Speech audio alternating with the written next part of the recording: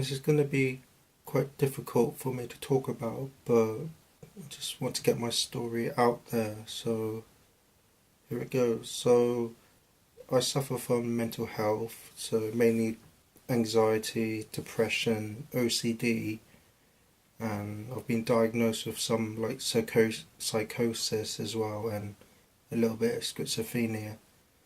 So how it all started was when I was 11. I started secondary school, and but being like all my friends weren't in my class or anything, so I just went in there alone basically, and I got really badly bullied. Like, because I'm Chinese as well, I was like the only Chinese kid in the whole big school, so that was scary, and I just got really badly bullied. So I attended school for about 2 months, and then I just couldn't bear it any longer, so I dropped out. Um, so I kept saying that I was suffering from like dizzy spells and headaches. So like my doctor advised me that I should take a few days off school, so I did that. But my headaches and dizziness just weren't going away.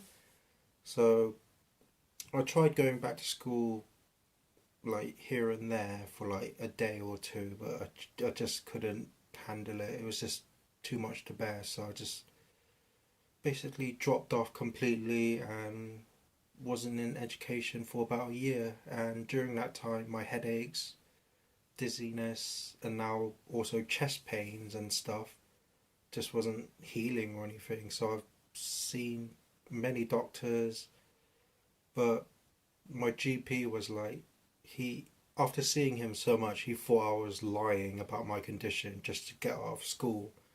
So we after saying that, we didn't want to see that doctor anymore. So we tried looking for a specialist, and after seeing them, they diagnosed me with anxiety.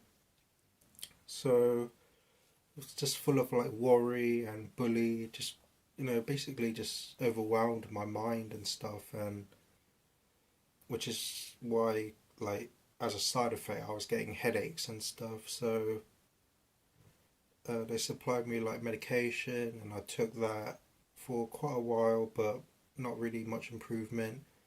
And being off school for over a year, uh, my mum wanted me to get into school again, but obviously I couldn't go back to my old school, so we found like a specialist school for like basically students who suffer from like similar problems from mainstream school. So I went to that for about 2 years, and I thought that school was like because we had similar experiences, none of us like bullied each other or anything. So I was quite happy at that school, but that school only goes up to like age 14, so I only went there for 2 years, and then I couldn't attend there anymore. So, and during this time, I was still seeing doctors about my mental health and stuff. But even though I was like quite happy at school, I wasn't really feeling any better inside. So I continued taking a lot of medication, trying different ones, but the side effects were like always just made me very drowsy, or like memory problems, or even like rashes all over my skin and stuff. So I tried many medications, and like at that age, it was very stressful on my body. So um, so as I kept taking medication, like because I also had to find another school that's for like similar students, but for an older age group. So we eventually found one, but it was quite far off. So and me and my mum ended up having to move away. So we left my childhood hometown. So that was difficult for me, like leaving some friends behind, and but at the same time, it was leaving a lot of like negative memories behind. Like just looking back like looking past all the bullying and stuff. So it's like a fresh start. So once I moved up, I started the new school, and which was a bit bigger than the previous school, but it was also for like similar students with similar problems. So I went there. I was fairly happy there. Like I pretty much went like as a mainstream, so I could cope there. And during that time, I was still taking medication, and even though after taking all that medication, I still wasn't getting better. In fact, I was actually like degrading. Like my headaches, dizziness were just getting worse, and so continued trying a lot of medications for like depression, anxiety, and pain relief, just stuff like that, and just trying all sorts of different ones. And I mean, none of them really worked all that well. So I've lost count how many different medications I've tried. It must be well into like the double numbers. So and then moving up to the new house as well, I started seeing new doctors, and there were specialists in like anxiety, depression, mental health. So they supplied me with like new medication and also gave me therapy and stuff. And but I don't know. It's like I've seen a lot of therapists like one-on-one talking, but I never really found any of it helped much. In fact, I actually found it quite stressful because it was just a lot of like asking personal questions, or just asking simple things like how are you feeling, or like how are things and stuff. But living with mental health and stuff, such an easy question is difficult to answer. Like I just don't know how to answer, because I personally, and probably many others as well who suffer from mental health, find it very difficult to open up to people, especially strangers who I've never seen before. So all of a sudden, them asking how I'm feeling and how is my health, it's going to be difficult for me to open up and express my true feelings. So, and the difficult thing is, like, after seeing the like specialist or therapy a few times, I'm starting to get used to them.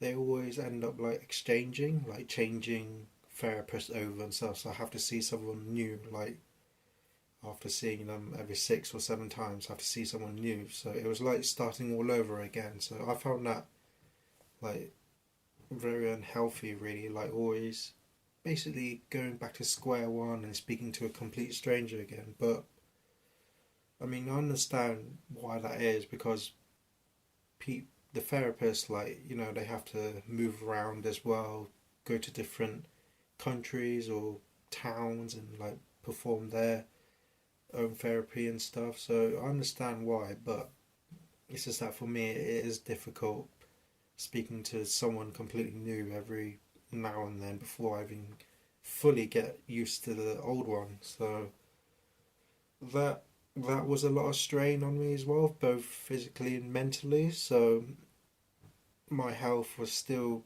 just not really getting any better. Like headaches were still there, dizziness was there, always feeling tired, just really exhausted. Like I've lost count how many times like I've pretty much just stayed in bed all day, just no motivation at all. And I also don't really have any friends, so I've always been like a loner growing up. So it was really difficult as well, because my mum was always busy and had no friends, so I didn't really have anyone to talk to apart from my therapy, which I see in like every 3 to 6 months. So very big gaps in between. But yeah, after going to the new school for another 2 years, so until I was 16, and then that's when I started mainstream again and went to college. And then I went there, and it was helpful for the first year because I went with a relative for my first year, so it kind of quenched the anxiety a little, so it wasn't as scary because I was with someone I knew. But I mean, going back into mainstream after many years of being in a special school and especially college, which is a big step, that was very difficult on me as well. It just put a lot of anxiety on me. I was just not feeling well. I was actually feeling sick as well a lot of times before going. And but when I went there, studied like the induction year for a year, and I thought that went okay. Like it wasn't too stressful. Like me living with mental health, I get easily stressed as well. So once I get stressed, I start getting like panic attacks, chest pains, my headaches and stuff get worse. So I always try not to get stressed too much. But obviously with college, it's probably natural for everyone to get stressed at college because it's a big step. A lot of work is handed to you. So, but yeah, I went for a year and then I was accepted for like the first actual year after induction. But that's when it really went super like stressful. It was just so much pressure and work from induction to the first year. It's such a huge jump of just pressure. So I was like really feeling the anxiety and almost having a bit of a mental breakdown as well. Like I even like had to miss quite a few days like throughout the year, and it was just hard to cope. And I was still taking all the medication, and the medication makes me very tired as well. Plus the exhaustion of my mental health on top. So I just found it extremely difficult to concentrate at college and just concentrate overall. Like on my days off, like the weekend and stuff, I would usually just stay in my room all alone, maybe just stay in bed all day. And then, but with college, there was so much homework as well, so I had to just study a lot at home. It was just a very stressful time. And then um, but also in that first year, like I met someone who is a friend who actually I thought like for the first time I actually thought I found like a really close friend that's like had similar problems in the past, and we kind of like really understood each other. But as the year went on, like she like started telling me that she wanted more than just friends and stuff. So like I don't want like a relationship or anything like that. So it was difficult telling her that. But like she said, after telling her that, she kind of didn't wasn't quite as close to me anymore. Like wasn't really. Basically, it was quite awkward between us. Like so that added more stress and stuff on me. And then I was with her for the next 3 years of the course. So over the years, it just got really difficult between us. Like I mean, like she was like sometimes being basically like quite, I wouldn't say nasty, but just she kind of just almost felt like a stranger. Like just it felt like she was avoiding me and stuff. Even though she said she's fine with being friends, I don't know. She just felt it just felt it still felt awkward between us. So that added a lot of pressure as well. And throughout these years, I was still taking medication, seeing various therapy, and then I mean, for the final year of college, it just got so overwhelming. Just so much stress. Like I, my mom actually told my tutor of my college that I suffered from mental health, and then after hearing that, he actually went and hired like a counselor to come to college and actually speak to me once a week.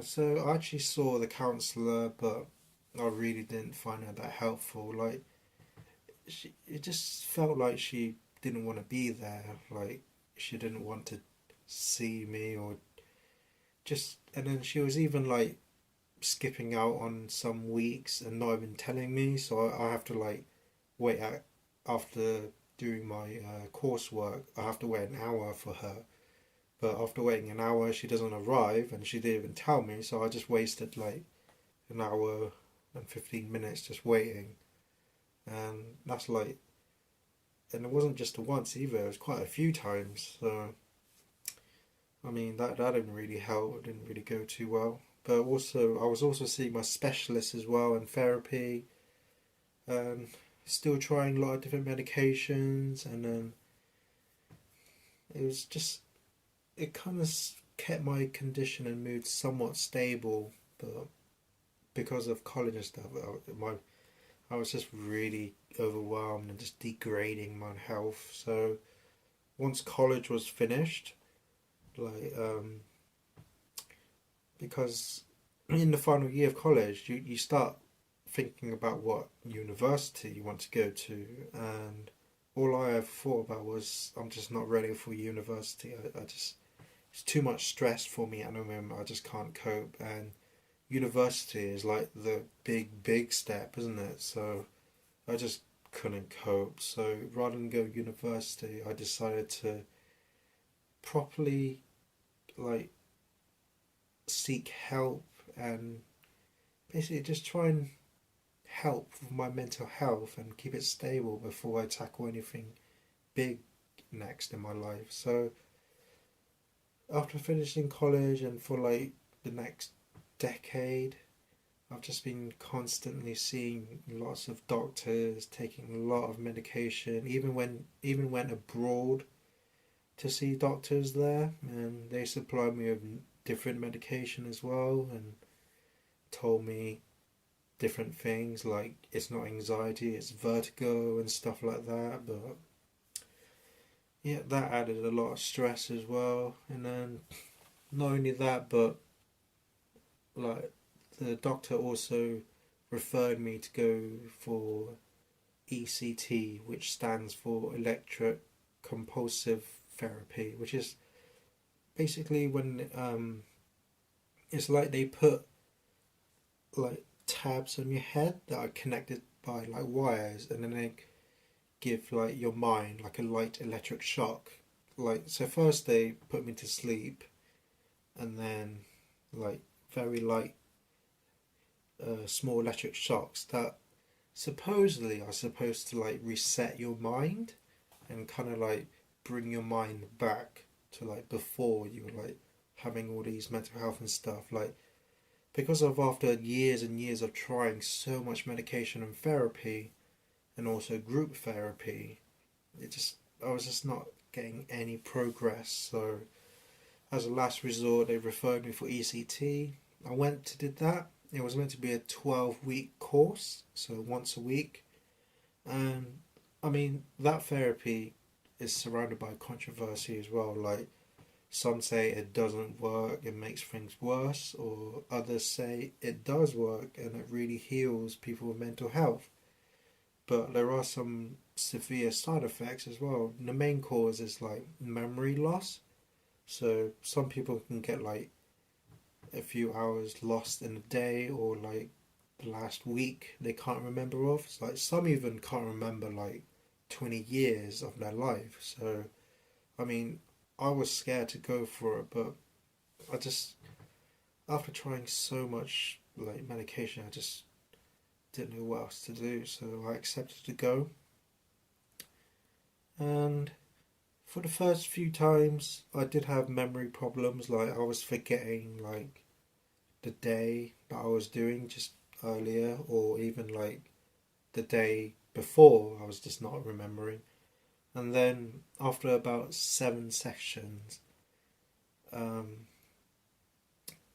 like I started like having just a lot more difficulty remembering things. Like, maybe like someone would talk to me about an event, or like asking me to remember that time. Like, I just pull a blank. Like, I just completely can't remember or have no idea what they're talking about. So, and then when I started the therapy as well, there were two other people who they looked very, very severe with their mental health as well. There was so us three started on the same day, and then by session seven, I could tell those two were drastically improved. Like such a big difference. It was almost like they're a different person. They've just healed so much. But me, on the other hand, there was no progress. I was not feeling any better.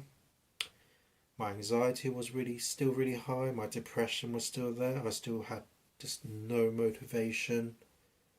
And after doing about 8 sessions out of 12, the doctor saw that I wasn't making any progress. So he thought that there's no point in continuing because like the more times you do it, the more severe the side effects get. So he saw like there's no benefit in continuing. So I stopped that, and then no help, and all I got out of it was just memory loss and stuff. So going back to the therapy is basically back to square one. Just no progress, continuing the medication again, and this is where I am now. So I'm still taking medication, still struggling with my mental health, still having a lot of suicidal episodes here and there, like telling me to harm myself or harm others, even giving me like instructions on how to commit these crimes. But there has been a few times when I've come close to actually like harming myself, but thankfully like I managed to stop myself, and my mum's always been there to support me as well, so I'm very thankful for her for that as well. And but going back a bit, so I said I started first having headaches and dizziness, and then I started going to depression, anxiety. When I was about 17, I because of my degrading mental health, I also started hearing voices.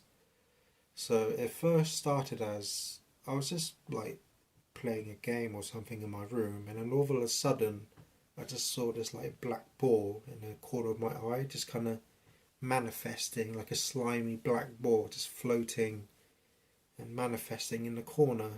And I looked at it, and then all of a sudden, it's just disappeared. It's not there anymore. So I didn't pay it any mind, but for the next like few days, it kept becoming more frequent, and then and then the ball started turning into like a shadow, and then like my own shadow, but disconnected from me. So it was like, and then the shadow like started like saying things to me, like a voice in my head, but it was like my own voice, but coming out from the outside. So it was like so it was like myself talking to myself from the outside. And at first, the voices were actually positive. Like when I was struggling in college, the voice would say stuff like, "You can do it, Simon. Like just try your best, or try not to worry too much," and stuff like that.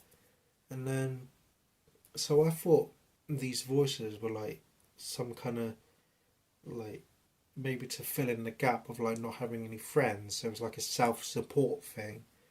So that went on for about 3 years. By the way, I told my therapy about this as well, about the voices. And then once college was finished, like I said, like um, like I said, okay, I finished. I said to the voices, like I finished college now, so like I think it's time that we maybe like go our separate ways, like sort of thing. And then after saying that, like basically talking to myself to say to the voices, after saying that, that's when the voices went really negative and basically evil. Started saying rude things to me, rude things about others, telling me to harm others and myself, and even to this day I still have the voices. And then telling my therapy about that as well, he also prescribed medication for my voices. So I'm taking medication for anxiety, depression, and the psychosis, which is the voices and stuff. So